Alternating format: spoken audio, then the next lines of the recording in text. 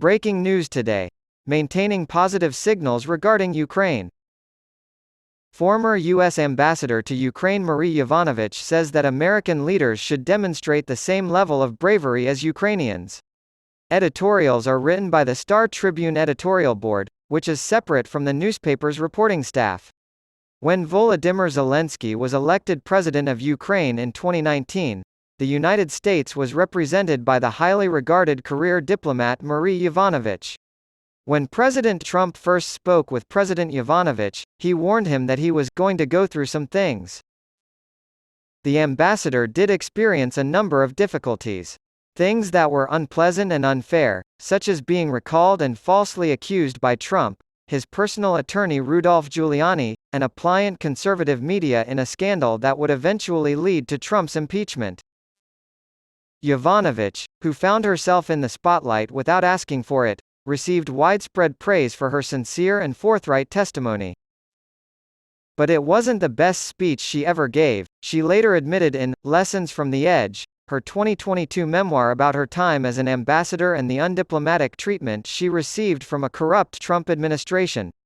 Instead, she thinks her best oratory was displayed in Kyiv on the morning of Trump's election, when she spoke passionately about the American experiment, the renewal of democracy through elections, and my belief in a nonpartisan foreign service united as one team America when we serve abroad.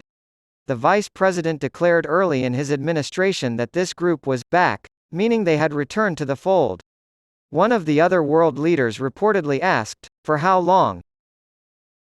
The query was reasonable. Yovanovitch told an editorial writer before two global Minnesota events on June 14, one open to the public and another tailored for Ukrainian Americans and their supporters in our state, that it takes a long time to build up trust, and the kind of partnership that we've enjoyed with our European colleagues, through NATO, and other organizations, and it can be destroyed very quickly.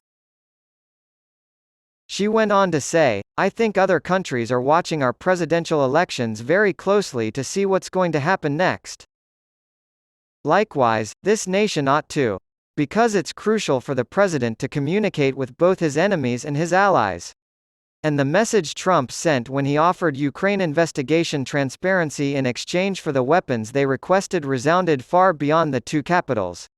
Yovanovitch stated that in 2019 Congress was looking into whether or not Trump had committed an impeachable offense by trading national security, specifically the transfer of Javelin anti-tank weapons to Ukraine, for personal and political gain.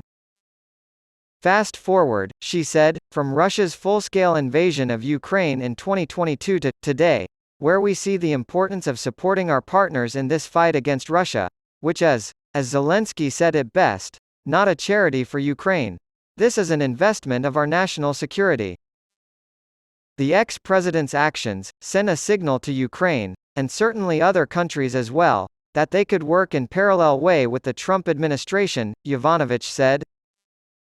It's possible that Russian President Vladimir Putin was among the other world leaders who got an idea of Washington's ways. According to Yovanovitch, Putin made no bones about his belief that the West is dissolute, hypocritical, weak, does not live according to its own values, and he made a calculation based on the impeachment events as well as other things that the West would not be able to come together in a meaningful way to support Ukraine. She continued, saying that Putin was very, very wrong.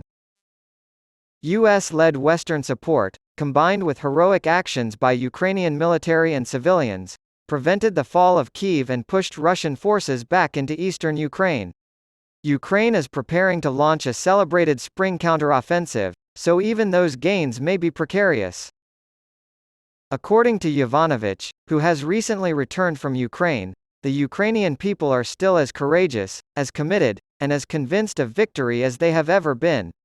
She said the people are exhausted and aware of the Russians trying to terrify them through random, inhumane missile and drone attacks. But they won't back down now. So, I believe we ought to muster the same degree of courage as the people of Ukraine. Yovanovitch summed up the importance of such bravery by saying, obviously in the interest of Ukraine, but it is also in our national security interests. The former ambassador's words should be heard and heeded by the American people.